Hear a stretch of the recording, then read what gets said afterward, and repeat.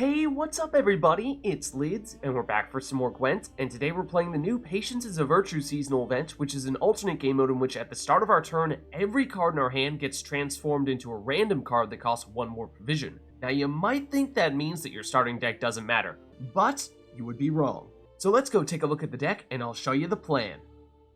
So today we'll be playing a Nilfgaard Enslave 8 deck, because since in this event our hand gets changed every turn and we won't get the chance to use any of the cards in our starting hand, we might as well power up our leader ability by loading our starting deck with a bunch of tactics. That way, even if we don't like those tactic cards, we're not actually going to need to play them. And being able to seize an 8 power unit from your opponent's side of the board whenever you'd like is a great luxury to have.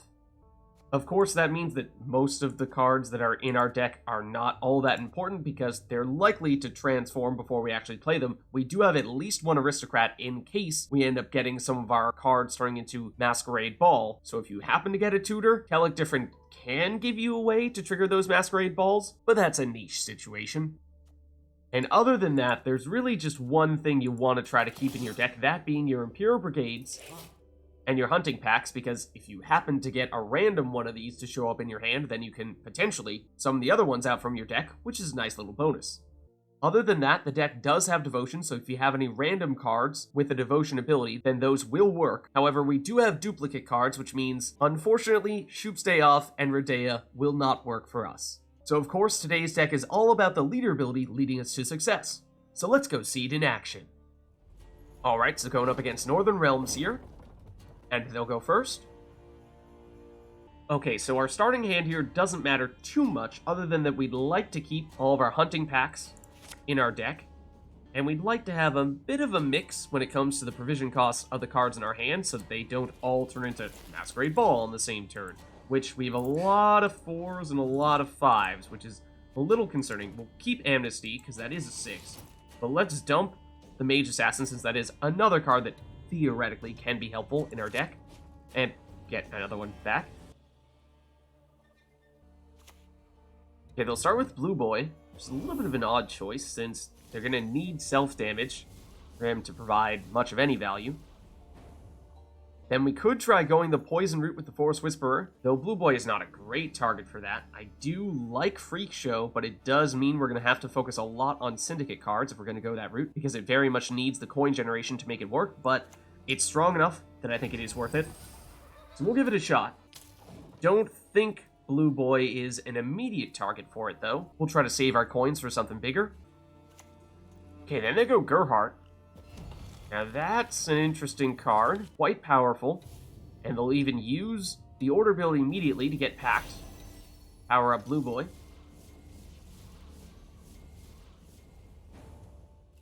Then we have the potential for a whole lot more damage with Thrall, Black Rayla, even Sheila. I don't think we're going to get dominance anytime soon since they boosted Blue Boy up to a 12, so maybe that means it's better to go Rayla here. And we'll see if we can find a way to boost her. Okay, then it's Verna Seal.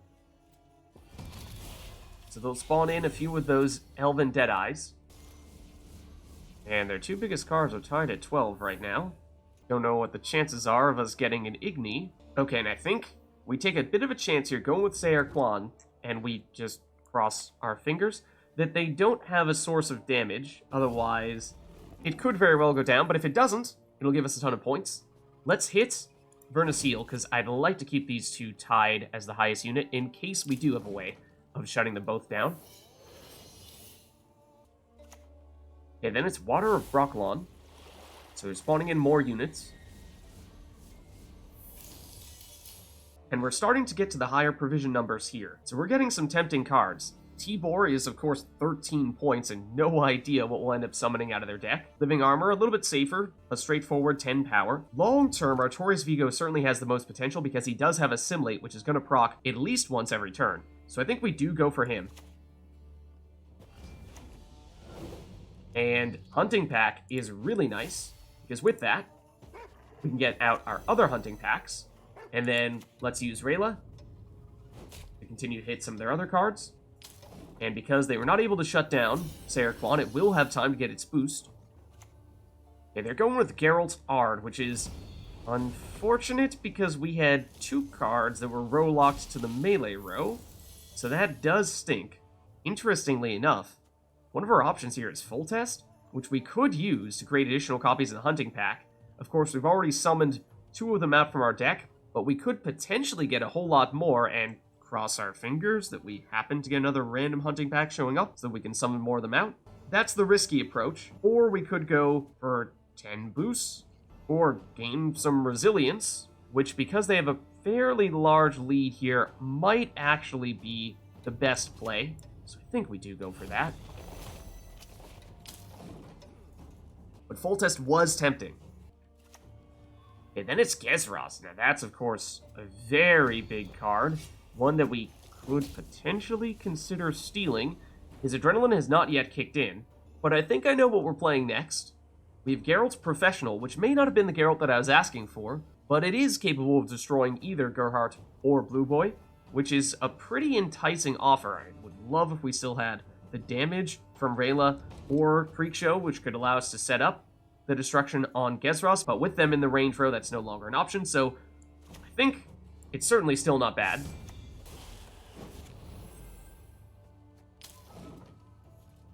And I would consider stealing Gezros, it's just that I'd like to save our leader ability for round 3 if possible.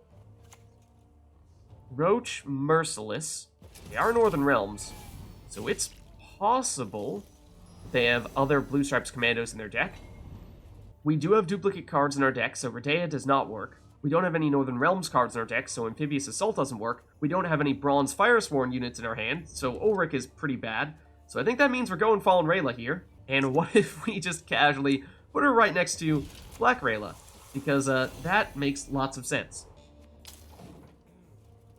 So usually by the time you're getting this late in the round, you'll find your opponent has many of their cards transforming into scenarios, which means they may not want to play anymore. They do still have Gezros doing his thing, which is a bit of an issue, because even after they pass, he's still going to boost all the cards in their range row. So if there were a case for stealing Gezros in round 1, this would be it. We would definitely win round 1 and get round control, but we would be down leader ability. Is it worth that sacrifice? Maybe it is.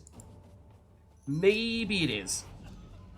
And then that means that we really don't need much else here, so let's just play our highest provision cost card, Haunt, so that we don't get stuck with Masquerade Ball in the future. Because that Gezros boost is more than enough. So that means we'll take the round 1 win.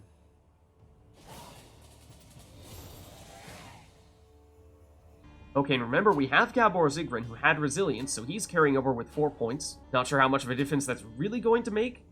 And now that we have Chapter Wizards, which is 13 provisions, and Vilgefortz Renegade, also 13, we may want to dump 1 or 2 of these into our deck to avoid having them transform into scenarios on our next turn.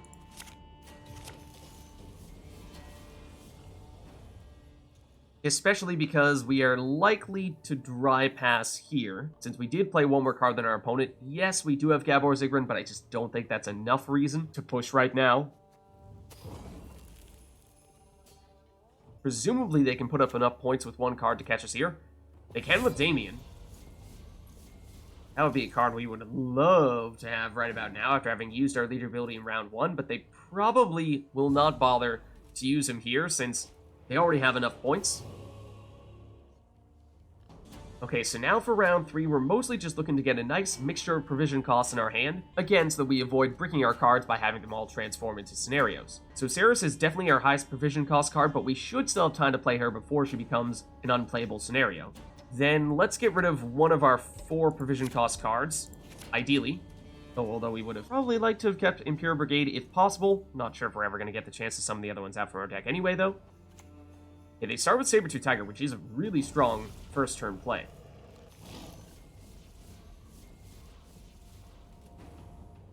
However, we actually have a few ways we can play around it here.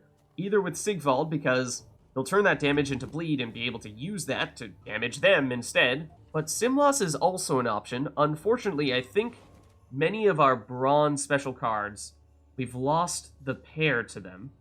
But we could go Simlas. Assassination unfortunately doesn't work, so let's go Experimental Remedy. Try to get another card here in this melee row alongside Simlas, and that way Saber-Tooth Tiger is not doing its thing. So it's of course not the most dramatic of Simlas plays, but it does work around Saber-Tooth Tiger, and we wanted to make sure that we played Simlas because he was our highest provision cost card, and was the most likely to get bricked if we didn't play him. Okay, then it's Eternal Fire Inquisitor, which actually does have the death blow. They also forgot to flip their Saber-Tooth Tiger for what it's worth. Not seeing too many great options here. Honestly, Runeward might be the best for us. And we just go for a Sentry and Spellweaver and hope we find a way to get more charges in the future. And then it's another Gezras. Wow. Of course, we stole the first one. We would love to find a way to steal this one too. Unlikely as that may be. But we do have a few interesting options here.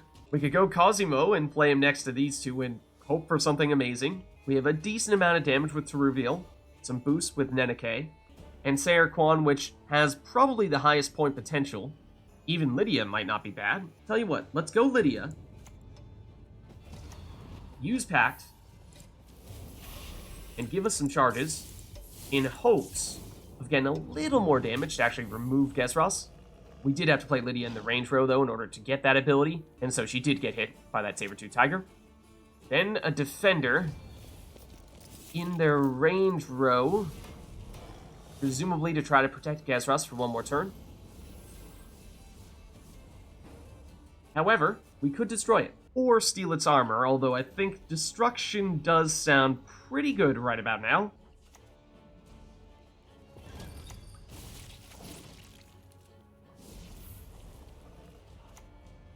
And it's Siri Nova. Now, even if they don't have any cards that cost 10 provisions or more, resilience isn't going to matter here. They don't have that anyway, so no shield either.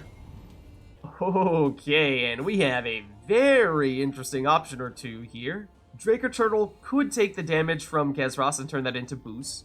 Ivar could switch power with Siri, but perhaps most intriguing would be Falibor, because with him, we can then destroy you, and I guess do a little bit of damage to you.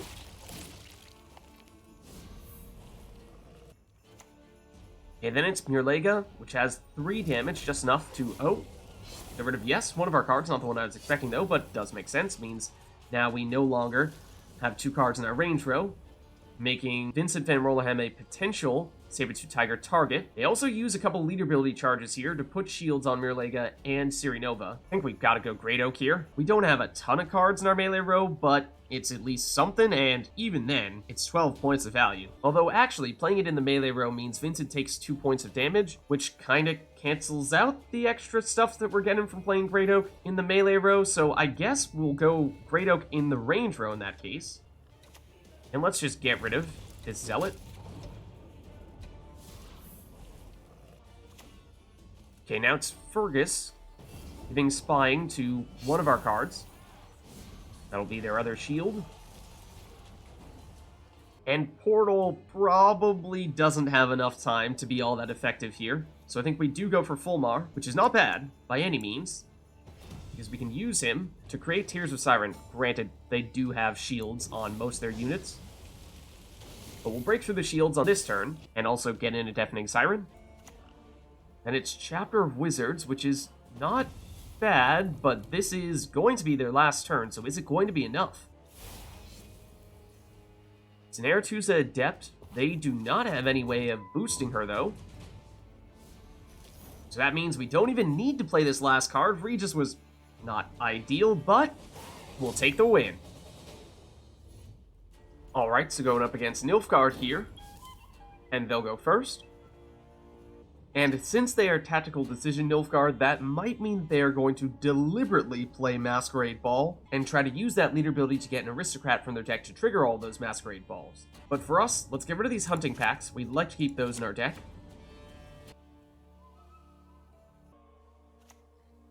They'll start with Frexinate.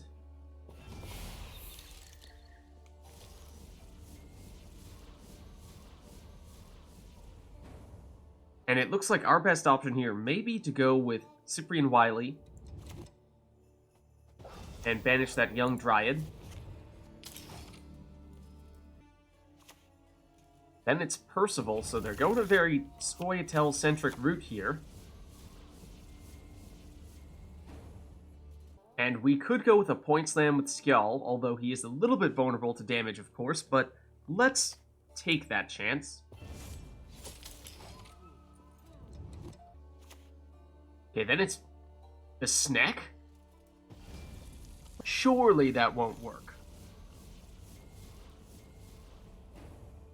Okay, and Erland is one of the best cards in this event if you get him late enough in the round that he gets immunity. However, he won't in this case. Is it still worth going that route? It might be. That's certainly worth the most points. However, we could also play Sucrus next to Ceall to help protect him, since, as we said, he's a little bit vulnerable. Let's go big, though.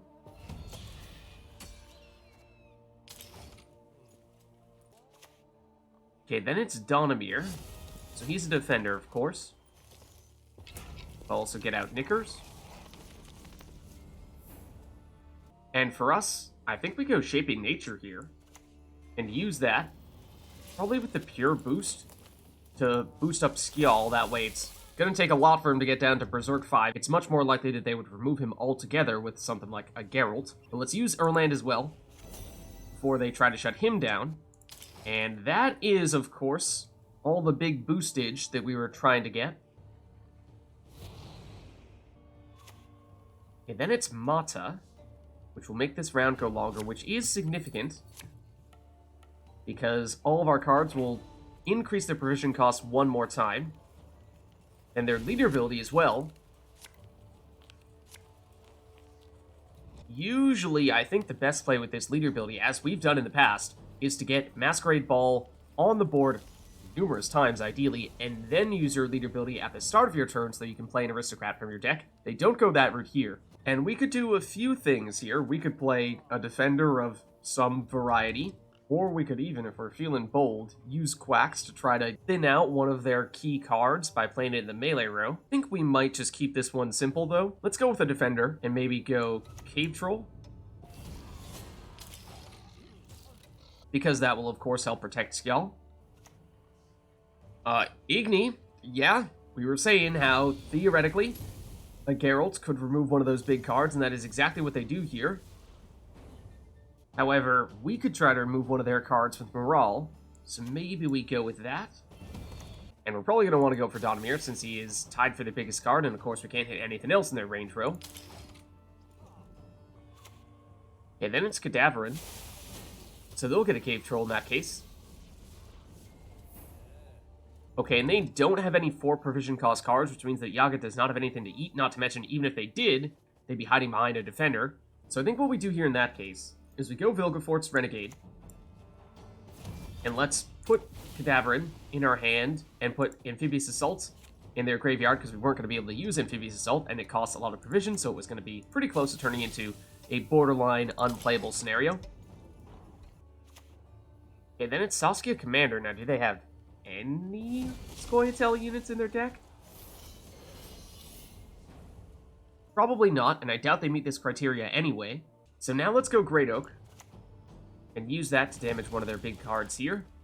Of course, it's going to have to be the Cave Troll if we go melee row, so no, let's go for one of these guys. And at this point, this round's been going long enough that many of their cards may either be scenarios or may have even looped back around to a 4 provision cost card, though it's Nivellin. They move their own cards, so they have a ton in the range row. Speaking of scenarios, we do get one ourselves here with Passiflora, which is not very helpful, so we'd like to just not play this. Gerhardt is very tempting. Short term, he does give us a ton of points. Eskel would have been great early, but it's probably too late for him to be much use now, so I think we probably do stick with Gerhardt here. Let's hide him behind the Cave Troll. And we could use this ability right away and probably get packed for the 6 power boost. That's not bad, but we are still in the lead here. So I think we can afford to wait a turn. Okay, then it's Melaine with decent damage, just enough for them to retake the lead here. And so it's going to have to be either Masquerade Ball or Helvede. Helvede's actually not that bad, but of course, by playing this, it would mean Masquerade Ball would loop back around to a 4 provision cost card on our next turn, which probably will be quite weak. However, given how Helvede is still worth 10 points total, giving us a decent size lead here, and we still have Gerhardt's ability that we don't even need to use here, so we can allow that to get stronger still. I'm feeling okay, even if we do need to play a 4 provision cost card, because yep, they realize it's going to be hard for them to catch us here, so they'll give us the round 1 win on even cards. They've used their lead ability, we have not, so we are in really good shape. Okay, we have a lot of 4 provision cost cards here, so let's try to swap some of these out and see what else we can get. We'd like to keep Impera Brigade in our deck if we can, though. And, well, we got more 4 provision cost cards. And so Germain is really our only solid play here, but I'm still not a huge fan of relying on Germain to carry us in round 2. So, of course, we won round 1, so why not pass here and force them to go a card down and give us double last say in round 3. Okay, they'll go with All God for some deck boosting, which actually is not bad. And of course, that's all they need to win round 2. Okay, and we actually did have one of our cards transform into Milva Sharpshooter, which is solid if we keep it in our deck. So, although this is our highest provision cost card, meaning that it would potentially be our strongest one, let's put it back. Except now we do have a lot of low provision cost cards, and we'd like to keep Hunting Pack in our deck. Bribery is a little bit higher, so that's good. We'll start with the Imperial Golem, and it'll get damaged by 4, making it an 8, which is decent. Does make Ulfheden a half-decent play as well. Might even be our best option, so I think we do go that route. Remember, they also did play the Sneck in round 1, so it will start to eat through our graveyard. Okay, then Water of Broccolon for some Dryads. And by most accounts, Gaunter would be the best card in our hand right now. Not thrilled about using him to destroy a 4-power unit, but that does probably still beat the alternatives unless we go Yennefer and get really lucky. Even then, I don't think that's as much value. So yeah, let's go Gaunter. I guess we'll go after Dryad Fledgling, since theoretically that is an engine, whereas the Imperial Golem is not. Okay, then it's Queen of the Night, which they'll use to purify that Doom. That's actually a really good play. We could do Curse of Corruption and take a bit of a risk here, destroy either Queen of the Night or potentially Gaunter, but we probably shouldn't take that chance. I think our best option here is probably Van Morlehem Cupbearer, especially because he is an Assimilate unit, which means that he will get boosted every turn. Then She Who Knows is a pretty big card. We'd like to have a way to shut that down. Or damage it just enough for us to be able to steal it with our leader ability. I think at this stage our best option is probably the Catachin. Don't really have enough time for this to be super effective, but if we do happen to find another way to apply bleeding, then getting another Ekimara in here would certainly help.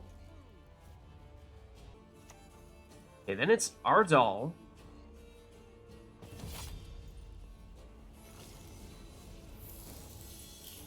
But they didn't have any options for him, because although we did have a card with 3 power, it was doomed, and they realized they just don't have a chance, so they forfeit. So there's a look at a Nilfgaard tactics deck for the new Patience is a Virtue seasonal event. If you liked the video, then make sure to hit the like and subscribe button, and leave a comment down below to let me know which other cards, archetypes, and factions you'd like us to experiment with next. Thank you all for watching, and I'll catch you next time.